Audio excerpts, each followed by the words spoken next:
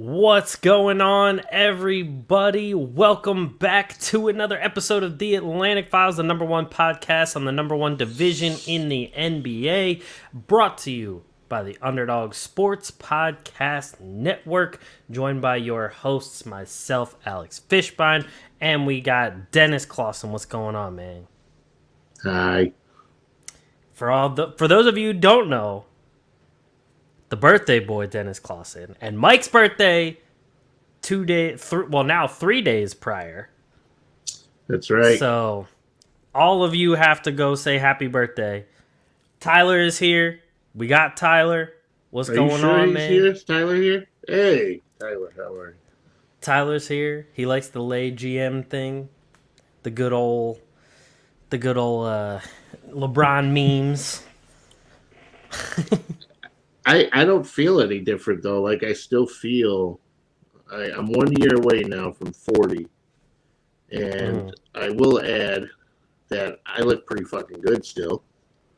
And, I mean, I see you nodding your head. You know. I'm a little gray. Getting a little gray. My hair is the best it's ever been in my entire life. I don't have any wrinkles. So I'm doing pretty well. Mike's 10 years younger than me, and I'm still by far way better looking than he is. Oh, easily. By far. Easily. I mean, if people don't see that, they're blind. Yeah, well, they even a blind person could see it. True. That's true. They could do the whole feel your face thing. Right. But then the feeling the face turns into other things. You know what I mean? I mean, I've had girls try that on me who said they were blind, and then they later revealed that they weren't really blind. Because they just wanted to rub their hands all over. They wanted a piece of big sexy. Is that how you met your wife? No, I don't know how the hell I managed to rope her into marrying my stupid ass, but I tell her all the time it's the smartest thing I've ever fucking done. Hey, I'm right there with you. That's what I've been saying about proposing to Deanna, so. Yeah. So we've been able to trick some people. That being said, everybody's like, the people listening like, what is this, The Bachelor? Where are we going? What are we going to the Paradise Room or whatever they call it on the show? Mike would, something that would be something Mike would know. I was about to say I have never watched it, so I have no clue. Mike would definitely know this. So if you need to know about Kardashians or anything like that, Mike will tell you. I wouldn't be surprised. Mike probably, watches that or reads what's that, People Weekly or whatever that magazine is. Yeah, well, Mike's a little, a little questionable. Just yeah. But let's get into some basketball. So. Oh, that's what we're here for? Yeah, just a little bit. Yeah, all right. We'll get into this whole LeBron playing GM thing in a little bit because the first thing I want to bring up is actually the Lakers and this whole coaching search they have going on here. Because I don't know if you can even call it a coaching search with all the things that have been reported and what's been going on. And I don't know if they're trying to get better or worse. Because some of the coaches on there, I'm just confused why they're even candidates. Now, Darvin Ham being one of them, I think he does deserve a head coaching chance. It's crazy. It's actually surprising to me that the Lakers are actually looking at first-time head coaches because I really thought they would just go for one veteran coach and go for it. But Darvin Ham is one of them. Terry Stotts is another coach that they're looking at. There's also Doc Rivers that somehow they're really trying to pursue and I guess trade for if the Sixers would do that. I mean, I think it was Kevin Garnett that said he has no idea what the Lakers are doing with the with the head coaching search because it sounds like they're trying to get worse.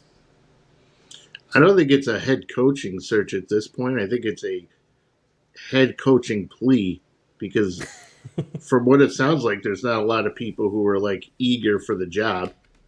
No. And I know we were going to get into LeGM later on, but it kind of ties into it. So, I mean, when you deal with when you're going to coach a team with LeBron James on it, you know that you're not the only, like, you're going to have some competition for calling plays, for a voice, blah blah blah. The Lakers don't have any money. They have Anthony Davis, who's a train wreck. He gets hurt constantly. Russell Westbrook has 1 foot out the door right now. LeBron is 30. He should. Yeah, as he should. I hope he gets out of there. LeBron is, a great player. Just he's getting older now. He's slowing down. But credit to him though. LeBron has done so much and given so much of his body over the years. Besides the last couple seasons, he's remained relatively injury free. I mean, the guy is not a human being. He's always healthy. With that being said, there's not a lot of coaches, even guys who are desperate for a job, who are willing and eager to want to jump into that type of situation. When you look at the Warriors and the Mavericks Celtics, the first thing that always, the Mavericks and the Warriors series, the first thing that comes to my mind when you see Jason Kidd is, how did the Lakers fuck that up? You know what I mean? Right. Like, they had their head coach, and when they were rumored to be making a coaching change, even last season, Jason Kidd was still employed by the franchise, by the organization. So instead of making the deal happen then, promoting him then, they instead keep doing the same stuff they were doing, and Jason Kidd ends up in Dallas. Now you hear, before you heard Doc Rivers wasn't going to be involved. He's staying with Philly. Morey was saying that Doc's coming back next year. We want Doc, blah, blah, blah. And now all of a sudden these other things come up where Doc is once again linked to L.A. Juwan Howard didn't want any part of that organization. Kenny Atkinson now, his name has been flown around there. So they're desperate for a coach, anybody at this point. It really is. And I mean, as you said, like a head coaching plea, I wouldn't even call it a head coaching search because, let's be honest, whoever's the head coach is just like the figurehead head coach. Because with LeBron on the team, it doesn't really matter what the head coach says. In all fairness to Ty Lue, like, it took me a while to figure out that he's actually not a bad coach. True. But after he spent time with LeBron in Cleveland and how disrespectful LeBron was toward him at times, just not listening to what he's saying, just like shoulder checking him, moving, like, just treating him like complete garbage. It made the guy look like complete crap for a long time. Even to me, I go, this guy's a buffoon. He's not even standing up for himself, which, like, you have to cater to LeBron. You have to walk a line when, at least for a couple more years, when he starts slowing down and he's not as dominant, he's not going to have that big of a pull. He may, because then he's going to start working his way in maybe into an ownership situation because he has the money to do that. That's a good point. So this is a guy you don't want to piss off. You know what I mean? But it took a while for Ty Lue to go to a Clippers team that didn't have Paul George for throughout most of the season. Didn't have Kawhi, and the Clippers still were playing well with what they had, and it actually made Ty Lue look like a pretty decent coach. Actually, a good coach. No, that's true. I mean, Ty Lue's, like you were just saying, his job with the Clippers. I mean, especially with what the Clippers have looked like in terms of injuries and everything like that, makes him it does actually help his case a lot. And like you said, there was times when it looked like Ty Lue was literally like the little brother to LeBron James when he was coaching him. And it was just kind of like, no, go sit over there. Like, we don't care what you have to say. We're going to do what we do. You go over there somewhere. And it wasn't like a little brother who's like a year and a half younger. You know, Right. mommy and daddy couldn't keep their hands off of each other for that couple years. And, you know, LeBron pops out. The next thing you know, mommy and daddy are back at it. And then Ty Lue pops out. It was more like the situation like LeBron is like 13 and Ty Lue is like 5. Like that Right. type of brother relationship to where he just follows him around and he says, go get me a drink, and while you're at it, make my bed and vacuum my rug." You know what I mean? Just like, Right.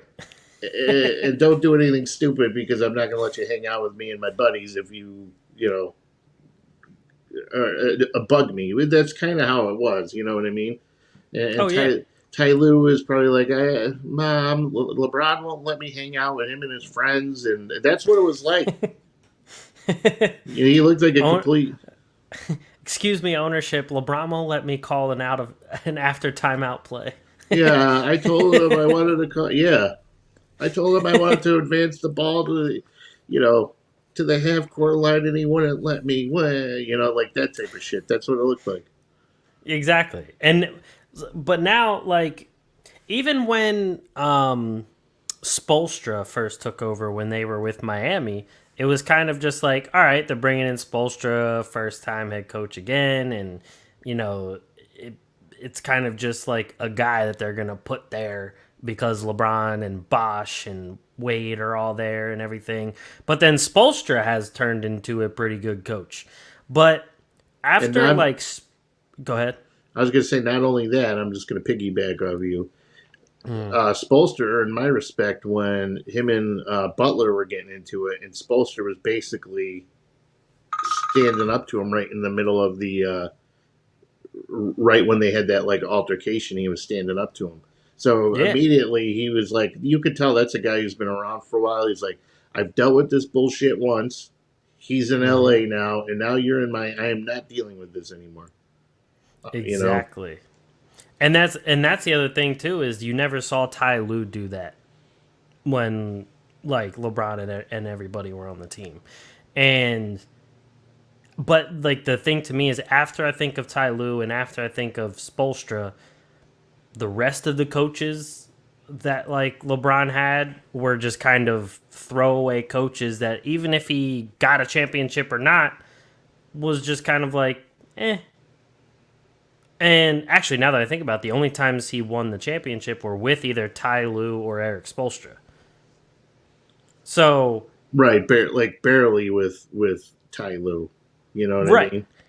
But even saying that, like, this should show how important that a good coach for them really is, because you have the greatest player of the league on the team, and he still wasn't winning championships unless he had those good coaches.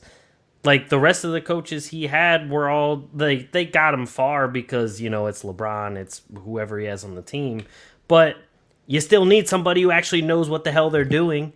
And like recycling these other veteran coaches wasn't going to like help much, because like we said, Spoelstra, first time coach. Ty Lue, I'm pretty sure that was his first head coaching job too. So go ahead. I wasn't sure you were going to say something. I'm just realizing that I kind of contradicted myself at the beginning, because I talked about Darvin Ham being a first time head coach candidate, but it just goes to show, like, okay. why are they even looking at Terry Stotts? Why are they looking at Doc Rivers? Like, these guys, the big thing for me, especially with coaches in the NBA, is it's just like, hey, let's just, give the same coach who has had 50 tries a 51st try, and maybe it'll work, and then it doesn't work, and everyone's like, oh no, why didn't it work? Well, maybe because you have 50 other attempts that proves they're not gonna cut it, and you just were like, oh, let's give them one more. Well, I mean, it's at a time though in the NBA where I think coaching matters more than it ever has, and I think it's Right. starting to be proven how like important it is to have a good coach. And just because somebody has experience, you have all these guys sitting around who have tons of experience. Both of the Van Gundys would probably give up the commentary to go coach another team. True. Um, I mean, D'Antoni probably wants one more shot somewhere. Um, Mark Jackson's name is Mark always in Jackson, everything. Terry Stotts, who's in the late, he probably wants another shot somewhere. But if you look at, all the coaches throughout history, and there were a couple good coaches like Mike Brown comes to mind that played. Like LeBron wasn't like anybody who goes and is the coach for LeBron should automatically be preparing that if you don't appease LeBron, you're not going to hang around very long. Mike Brown, Right. David Blatt, remember He him? was like a season and a week. Like barely did anything. Yeah. And like Spolstra now, fortunately, is at the point where even if he ever did hook up with LeBron, like Spolstra would now be just as valuable as LeBron would be because Spolstra can go find a job anywhere in the Oh yeah. world. Like he's gone from being the video guy to the one of the best coaches ever. You know what I mean? He's like a great coach. He's got his shit together. Yeah. So, but these coaches who don't have a lot of clout have to be very careful because if they get with LeBron and you don't make LeBron happy, we've seen what happens. Yep. And I mean, LeBron's not a guy to take ownership of things either. He'll say he does to the public, but in those backdoor avenues and stuff that he's trashing somebody. oh yeah, and that's the thing. Like David Blatt still hasn't come back to the NBA for any coaching positions. Mike Brown just got his first coaching position since then with Sacramento of all teams. Um, and I mean, trying to think of some of the other coaches he had. I mean, I can't even think of some of those Cleveland coaches because they were such non-factors it didn't even matter. But He played for Luke Walton for a while. oh, that's right, Um, that's right. Paul Silas he was with. Dang, I Um, forgot about Paul Silas. so he was. I mean, he's played with some bad coaches, but he's also. I mean, Mike Brown is a good coach.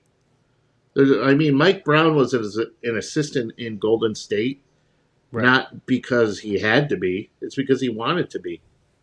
right. Mike Brown was is always on the list when it came to head coaching opportunities. No, So he was, and I mean, like you look at the coaches that are still around in the playoffs right now. I mean, Steve Kerr has been a great coach. Jason Kidd has proven to be a pretty damn good coach himself. I think Milwaukee still was a good situation for him. It was just they didn't get him all the right pieces to put around Giannis at the time.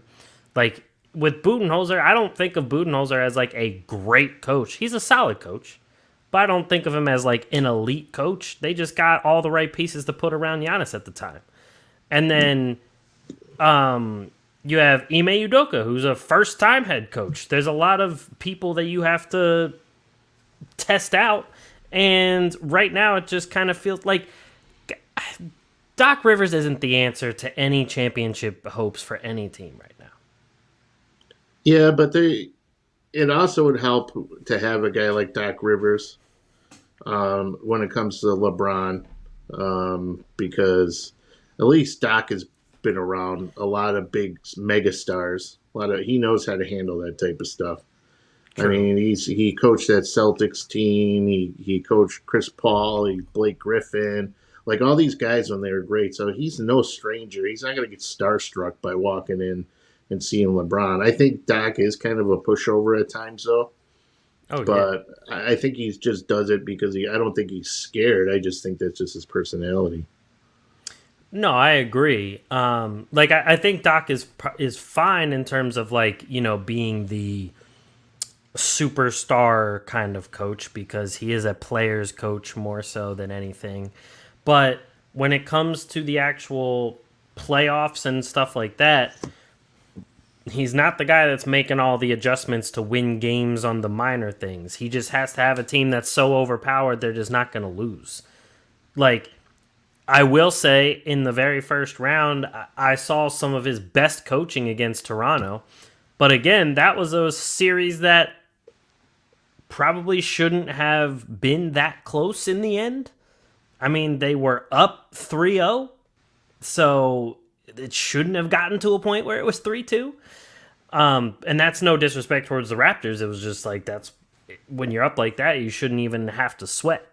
Well, honestly, though, if Toronto hadn't been dealing with Fred VanVleet being hurt, and they had a couple more guys off the bench, I think the Raptors are, if the 76ers think that they're going to go through another year of being the same exact way that they were, it's not going to work because the Raptors are going to get better. Yep. The Sixers aren't going to. It's likely Danny Green's not playing next year, so there's one of your defensive guys. Tyrese Maxey, I was reading. I don't know if you were reading any of it, but now all of a sudden he could be a guy who's potentially being dangled if a superstar comes back. Matisse isn't guaranteed to come back. I hear no mention of Tobias Harris getting moved, even though he's a guy who should go. You have James Harden locked up into a crappy contract. Well, not locked up, but he has the leverage. Like, he has the option, and then, so... And a huge lack of depth. Right. So you're kind of, like, locked into him in the sense that you have nowhere else to turn to. So... Right. But if Doc Rivers needs to take responsibility for a lot of the Ben Simmons situation. I won't blame it all on him.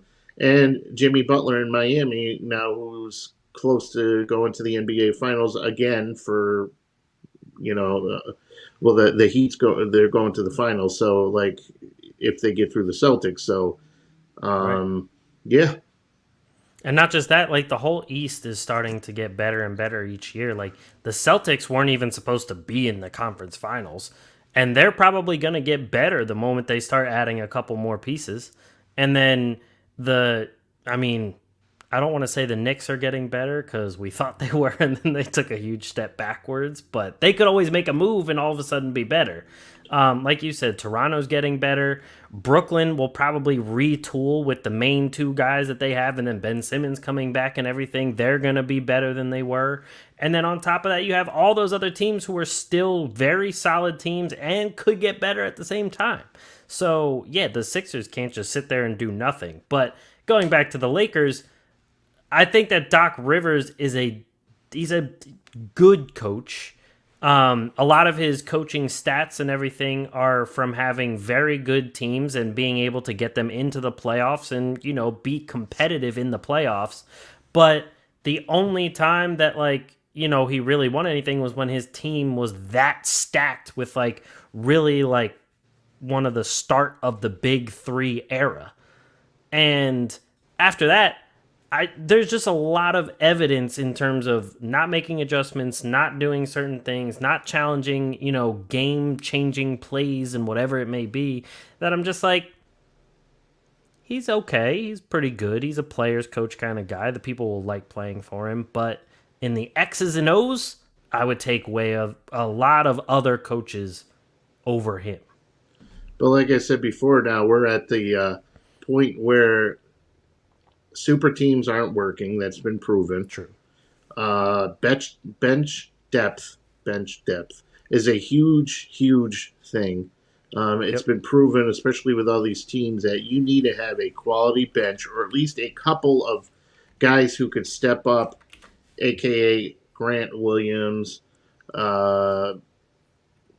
depending upon how the Mavericks feel that week. But, Maxi Kleber, even though he usually starts, but sometimes he doesn't. But, Dwight Powell could play well on occasion. And Gary Payton in Golden State. And Kaminga will make and Moody and all these guys who are not great players, but they're like better than a lot of the other guys on a lot of benches throughout the league. You need good coaching, you need quality bench depth, and that takes precedence over orchestrating a super team like the Brooklyn Nets tried to, and they were completely awful.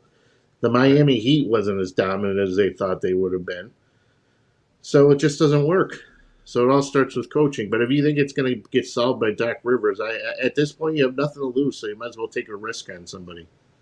I mean, that's true too. But yeah, I mean, to me, the whole thing's a shit show, and it's going to continue to be a shit show. And honestly, I hope the Lakers still suck because them and Boston can take a back seat for once.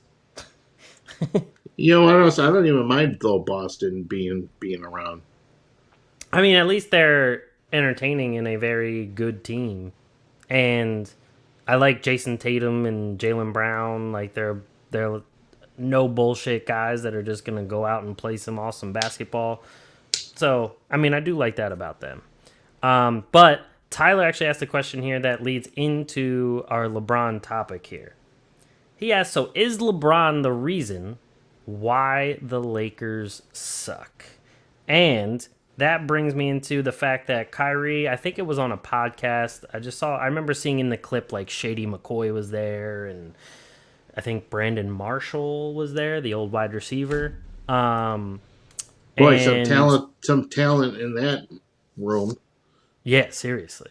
And so Kyrie was talking about being in Cleveland, and he was saying how after playing with LeBron and everything, there was something about like he realized he had to mature too, which I was like, wait, so did he mature or not? I was gonna say, when did he mature? But that was part of what he was talking about. But then he also talked about the fact of, everyone talks about LeBron and says like, oh, he's lay GM because he's the guy that makes all the moves. And Kyrie says, yeah, I mean, I wasn't mad at him in Cleveland when he got all those moves done to bring in Kevin Love and J.R. Smith and Tristan Thompson and all those guys. And it pretty much just confirmed the fact that, yeah, LeBron has this pull that he can just say, hey, I want this player on my team, go get him. And they pretty much have to go get it. I mean, we're talking about the same J.R. Smith who was past his prime, not like the Denver J.R. Smith or the Knicks J.R. Smith. We're talking about the guy who got an offensive rebound and then put it back up. And misread the score and the time. Like we're talking about that J.R. Smith. I just want to clear. And we're talking about a Tristan Thompson who had more things going on the outside of the court than he did. You know what I mean? Who has cheated on more girls than points scored? I didn't say that, but I mean, okay. I mean, it's essentially what it is. D Wade coming to Cleveland and look exactly what happened there. I mean, that was a train wreck. We're talking about LeGM, like he's supposed to like be. Is LeBron the reason why the Lakers suck? No, but is he part of the reason? Absolutely. For one, there's not a lot of guys who are kicking down the door who want to get involved in that type of situation, especially since he's a prima donna. He's a wine baby. You can't trust him. If I was a player, I wouldn't be able to trust him. So he brings all these guys in. He wants, AD to come in. AD can't even play because he's hurt.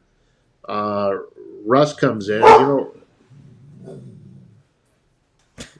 Agrees as well. Exactly. Russ comes in. Russ wants. I'm surprised there hasn't been more to how Russ probably just wants to beat him up. You know what I mean? So. And they as in the Lakers and LeBron, neglect a certain thing that the Sixers also neglect. Your center is going to get hurt. It's just a foregone conclusion at this point. Anthony Davis, Joel Embiid, they're going to get hurt. So what's your backup plan? They both decided it's going to be Dwight Howard and DeAndre Jordan. And I'll one up you on that one too. There are times when LeBron was playing center. Exactly. So yeah. And so that's the big thing here. Like, you are putting all of these championship hopes on two guys that notoriously can't stay healthy. So for some reason, they then get all these other pieces that don't work well outside of that because they need that one piece to make the other pieces look good. Like, they need Anthony Davis to be able to score all these points to make a guy like Horton Tucker actually have some openings on the court and look good. And that worked out well for them too by keeping him. He had all this hype going on, and Alex Caruso goes to Chicago. Even though Alex Caruso was hurt, the guy was playing really well, especially defensively. You have Anthony Davis, though. I have never in my entire life ever watched any sports, like any league in professional sports, to where I have seen a player get hurt more than Anthony Davis. I've seen guys like dislocate. I've seen Matthew Stafford like dislocated. Baker Mayfield dislocated his shoulder and goes back out there and plays. Anthony Davis trips over the mop guy, and he tweaks his hamstring, and he's out for 4 to 6 weeks. Like, does anybody have a problem with this? Like, does anybody ever say, like, what good is he if he can't stay healthy? Like, nobody has a problem with that? Exactly. And on top of that, I feel like at some point you also have to start looking at like the training staff. Like, can you guys not help somebody like tape up their ankle and be able to let them play? Or is it only him? Like, there has to be something happening on either his part, the training staff's part, something that they're just like, yeah, I mean, he can miss 4 weeks. That's fine. Yeah, so it definitely bothers me when you look at like the treatment of Russell Westbrook. Right, that guy was hung out to dry all year long. Nobody ever was talking about the fact that Anthony Davis can't stay healthy. Nobody was talking about how. By the way, I was looking this up. Russell Westbrook played 78 games this year. He missed 4 games, and most of those games, I think not all of them, they held him out toward the end of the year. His first 3 seasons in the league, he played 82 games. 4 of the first 5 seasons, he played all 82 games. 80, 81, 80, 70. The guy's healthy all the time, right? His production, his shooting percentages are down. Okay, but not by that much. Turnovers. Everybody's making a big deal about turnovers. Well, when he's always been a turnover guy, but he's also been a triple-double guy. Nobody had a problem when he was having triple-doubles. But also, this has been the least amount of turnovers he's averaged since 2013. Correct, and that was my point exactly. When we discussed this, I think like 4 months ago, and we were talking about how people were making a big deal about Russell Westbrook's turnovers, and I was like, wait a second.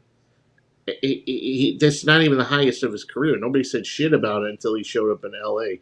So for him to be the scapegoat, instead of people pointing fingers at LeBron, instead of pointing fingers at Anthony Davis is the number 1, 2, and 3 reason why the Lakers have been a pile of trash. He just can't stay healthy, followed by poor decisions. We're talking poor decisions when it comes to coaching. We're talking poor decision about getting players who are well beyond their prime. Avery Bradley, Carmelo Anthony, and then all the decisions that were made in the past. Let's let go Alonzo Ball. Let's let go D'Angelo Russell, Brandon Ingram, Kyle Kuzma. Even though Kyle Kuzma wasn't anything special, but now that he's in Washington and he's the only guy who's could play. Or this year he was really. They didn't really have anybody, but all He's the better than like Trevor Ariza. right. He's better than the crap they get. The crap they got there. So that bothered me. And LeBron came out vocally and was like, "Oh, me and Russ get along great," but there's LeBron's in the going back channels, and we got to get rid of this guy. You know what I mean? Oh, So yeah. I pray to God he gets moved.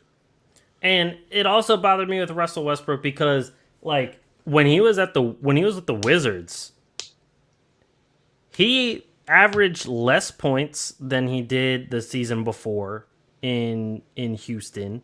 He averaged less points than the season before that he did in OKC. But people weren't really talking about it. He shot 44%, which is what he shot with the Lakers. He shot 31.5% from three, which he only shot 30% from three with the Lakers. And my big thing is, I don't understand what everyone was expecting out of Westbrook when everyone was like, oh, he's bricking all these shots. Like, he can't shoot from three. He can't shoot, like, the mid-range and stuff like that. We knew this from the jump. From the start, we knew Westbrook is not a three-point shooter. His career three-point percentage is 30.5. I think I could shoot better from three than he can. Exactly. His best shooting season in terms of three-point percentage was 34.3. And that was back in 2016-17. And then people, too, I like when people are like, all Westbrook does is he hogs the ball. Hey, how do you get triple-doubles if you're not an assist guy? Like, it's absolutely crazy. And he's one of the best finishers in the league. Like, you know how, like, James Harden can't finish anything anymore? Mm-hmm. Like, Russell Westbrook can still finish. He can still make it to the basket and then actually finish what he started, instead of, people used to say the same thing about Harden about assists. They're like, oh, he gets triple doubles, but that's just because he dribbles, and then passes at the end of the shot clock. But then this year we see his passing on display in terms of really nice crisp bounce passes to cutters going to the hoop, full court passes to Tyrese Maxey mid stride catching it for a dunk and things like that. Both of these guys, especially Westbrook too, has a very good passing ability. But you can't get assists if the rest of your team fucking sucks. And they fucking suck, folks. The Lakers exactly. fucking suck. There's not many people on the Lakers that can hit a shot. So you're not going to get assists if the other people aren't hitting shots. It's not rocket science. At this point, I would take Russ over Kyrie any day of the week. So and for Kyrie to be saying that on his podcast or whatever the fuck it was. Oh yeah. You're not revealing anything. Everybody knew that this was going on for a long time. So sorry, pal, you're a little late. I know Nike's dropping you and stuff like that, but you're late. No, and everybody knew this already. So you're not revealing anything. And I was about to say, everyone was going crazy over the whole like, oh, he admitted LeBron is the GM and blah blah blah. The big thing to me was that whole maturing thing. The whole fact that like, oh, with LeBron here, I had to mature and do this and do that. I'm like, it didn't look like you matured at all since. Did the maturing stop like right when LeBron got there and then never go past that? Or are you talking about maturing in unrelated to basketball? Because maybe you did there because you're not on the court, but I don't know. Well, what we're talking about now is, look, Kyrie is so mature that Nike's about to drop him, and he's so mature that now they're stuck that the Nets aren't going to offer him a max contract or a long-term contract. That's how mature he is. That's the epitome of maturity, right? When Ben Simmons now is in your off-season plans in terms of constructing a roster with Ben Simmons and you're Kyrie, there's a problem there. And if you want to say you're mature, you're absolutely not mature. Because I saw Andrew Wiggins go ahead and inject himself with the microchip venom, even though he didn't want to, but he did. 5G. And you want to know something? Good thing he did that because look who's coming up big for the Warriors now in the playoffs. And gonna get himself some more money in the process. I'll take Andrew Wiggins, actually. Andrew Wiggins would be great. I mean, any team would take Andrew Wiggins right now. Any team. And Tyler, in reference to when we were talking about Anthony Davis, said, look at Boston. Tatum and Smart both got hurt, then still played. Horford, I think, got hurt and played.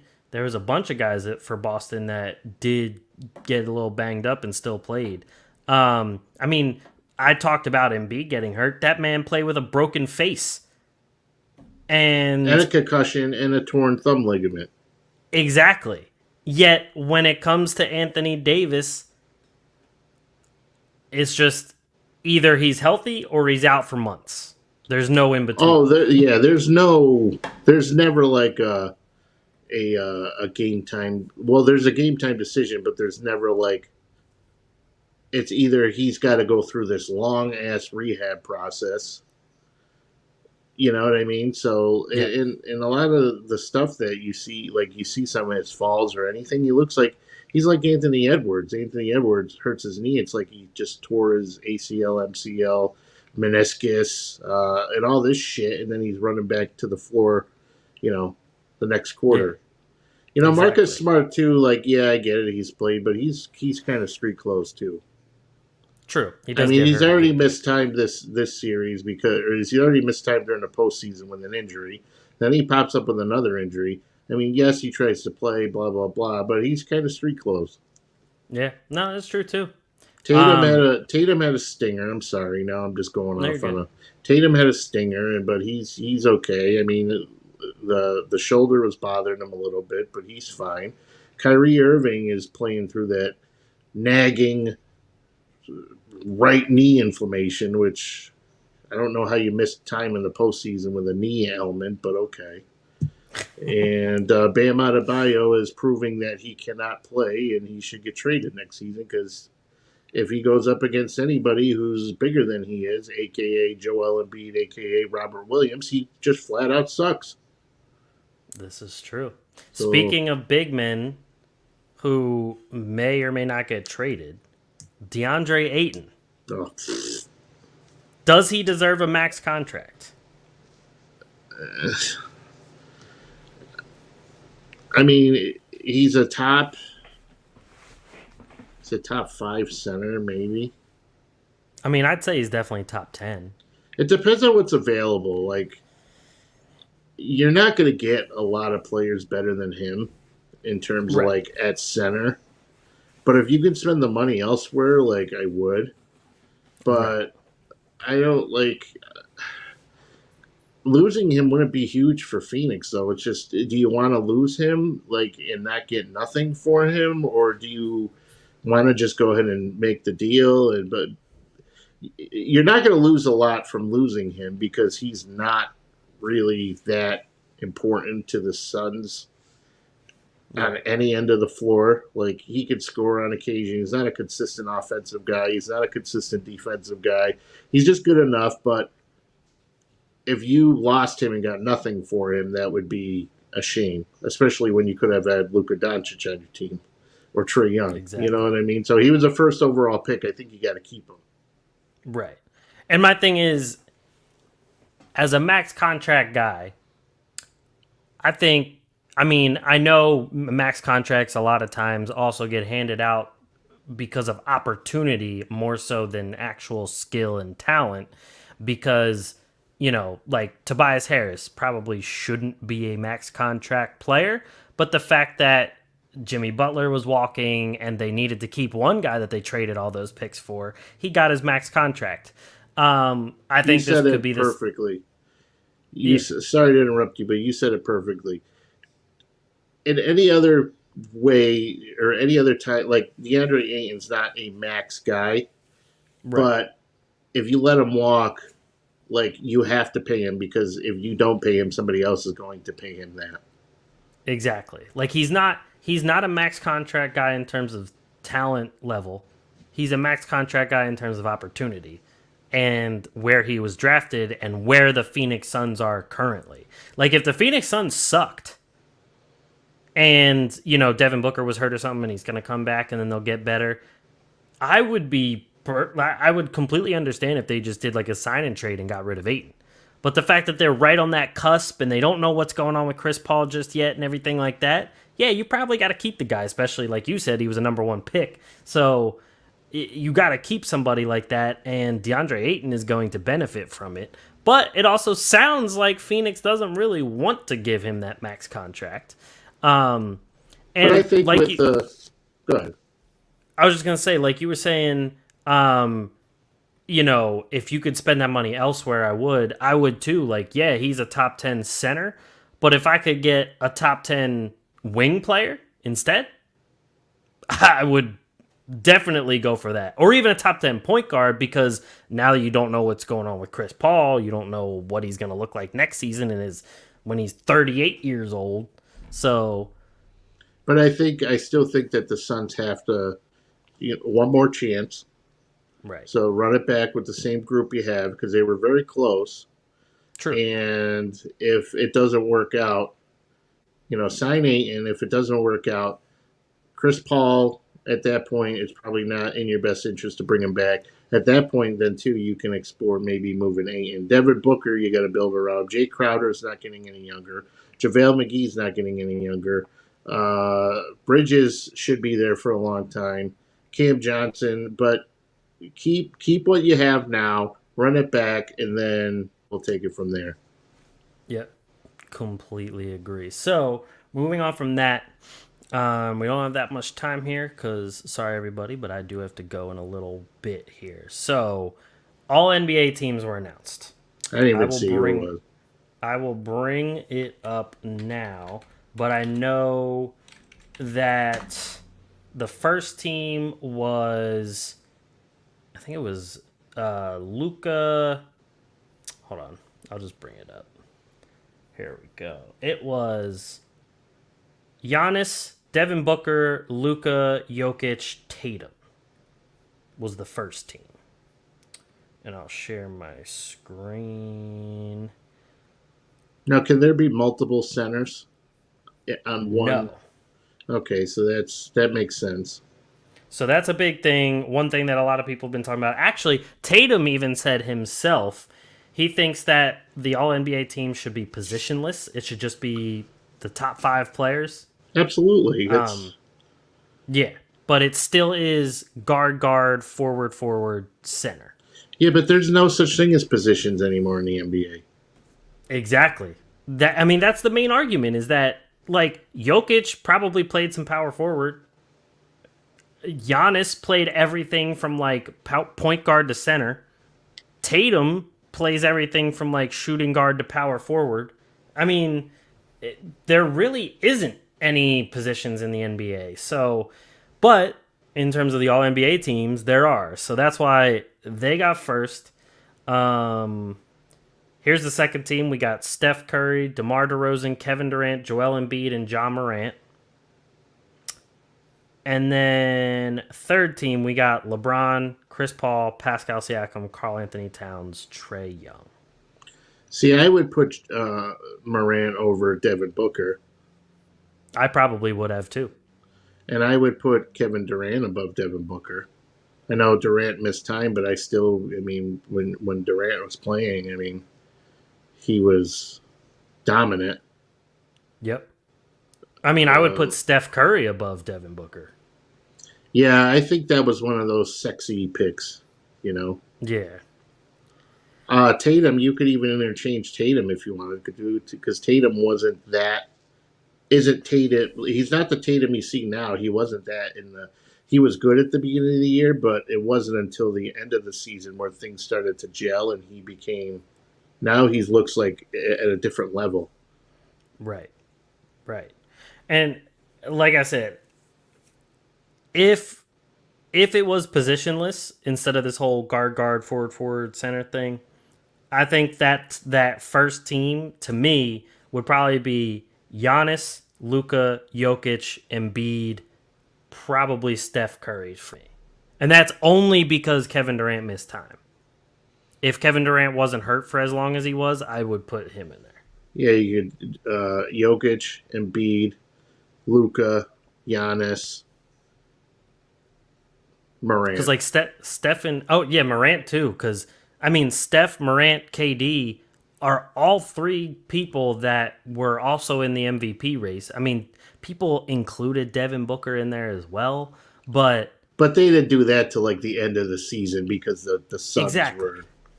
So let's knock that shit off with Devin Booker. I mean, first team okay, he's a good player, but come on, like exactly. I don't think second team would have been perfectly fine to me if that's what he got. Mm-hmm. And I mean, even DeMar DeRozan had a great season, but I wouldn't have put him first team. But I think the argument could be there to put him in over Devin Booker. Yeah, but if you were gonna put a guard, if you got to put a guard in, then you got to either go with Joel or Steph. I think Ja or Steph. I think Ja has this slight edge, especially considered Curry got a little rocky on the shooting end toward the end of the season. So I would do Ja, and I would still put, like you said, put him over. I would put Steph over Devin Booker. Yeah, exactly. And I don't know, the whole All NBA. Actually, I would say most of the awards are all just stupid. Too political. It is. It's like the 75 best players. Like, who fucking cares? Exactly. And like I will say I like the new thing that they're doing with the MVP award for now the conference finals and then the MVP award for the NBA finals, because I always thought it was kind of dumb to have the finals of the regular season and then the finals of the MVP of the regular season and then only the MVP of the finals, because then like kind of like with Steph Curry was the reason Golden State got to the finals most of the time. But then in the finals, one other player made a couple key plays and they got finals MVP. And then we look at Steph like, well, what did Steph do? And it's like, well, if you look at the rest of the playoffs, Steph destroyed other teams. So and I mean, there was always something to me that they needed an extra award in there. Sorry. If you win the Western Conference, you're a good team. Great team. Yes. So. Exactly. I mean, if you win either conference, especially now at the East has gotten much better. If you win either conference, you're a very good team. Right. But that's going to be it for us. There is some other stuff that I wanted to get into, but I'm not going to be able to tonight. But so next week, we'll talk about this next week. We're going to talk about Zach LaVine and all the rumors with him and getting traded or signed somewhere else or whatever it may be. Apparently, people are blaming Clutch for passing rumors that they shouldn't be. And then Daryl Morey said the Sixers are hunting for a third star. Well, he didn't say it. It's reported that he is hunting for a third star. Oh, you mean Maxey's not the guy that they thought he was? And they're going to have to get rid of him. And the last time I checked, they only have one star on their team. Oh, I agree. So I agree. See you next week, folks. All that and more. Exactly. It's going to be depressing, Sixers fans. Don't worry. You will be depressed Everything's fucking depressing. That's a good way. That's a good way to put it. The fact we have 2 weeks left, like, of the NBA season is fucking depressing. The fact it's hot as fuck outside is depressing. The fact that it's not NFL season is fucking depressing. And the country's current events are all fucking depressing. Everything's fucking depressing. Exactly. So, you know what, boys and girls? Sucks. Talk to your therapist. Try to get away from everything depressing. Meditate. Do what you got to do. Meditate. You know what you do? You know what's helped me out all these years? Eating. Just eat your feeling. That's exactly what I do. That's right. As you could tell. That. But that is it for us. Thank you, everybody. Oh, Tyler said we need a football podcast. Well, maybe we'll do a Atlantic Files beginning of the NBA or NFL season. Maybe. We could. I mean, we could see something. I got a lot to talk about.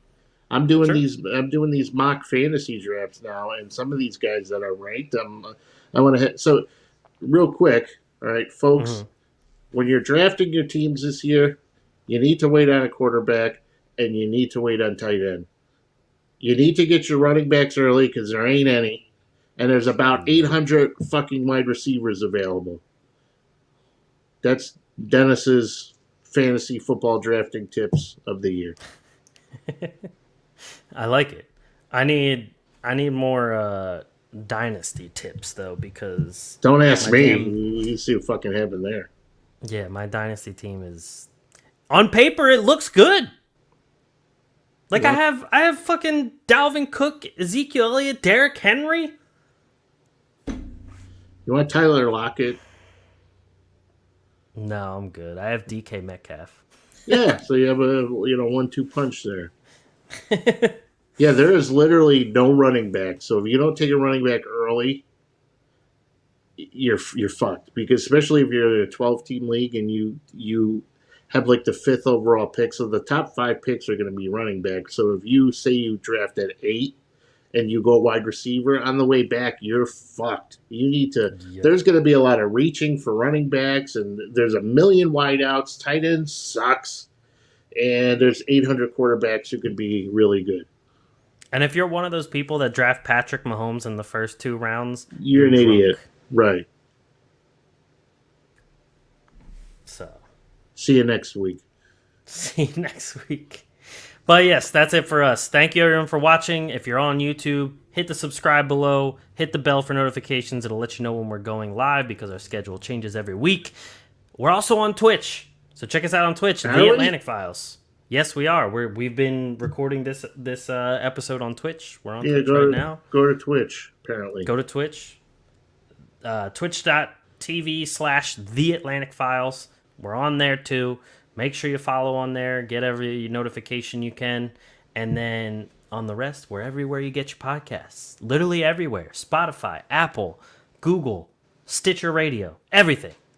So subscribe. Stitcher Radio. What the fuck is that? It's another podcast app. I have no. Just whatever. Just share it with a friend and rate, subscribe, everything because it helps us reach new people and us get even bigger studios or houses or microphones or whatever. You know? Tyler, can you after nap time? Tell your friends. Yes, tell everybody, Tyler. We appreciate it. Gonna be a 5th grader next year. Oh my god. Tyler's like, I hate you, you fat fuck. Tyler's like, I'm not telling anybody now. Yeah. But all right, thank you everybody. We'll catch you guys next week. Tyler said, damn. We love you, Tyler. He's awesome. Yes. You're the man, Tyler. Thank you everybody for watching The Atlantic Files, the #1 podcast in the #1 division in the NBA. Brought to you by the Underdog Sports Podcast Network. We'll catch you guys next week. Peace.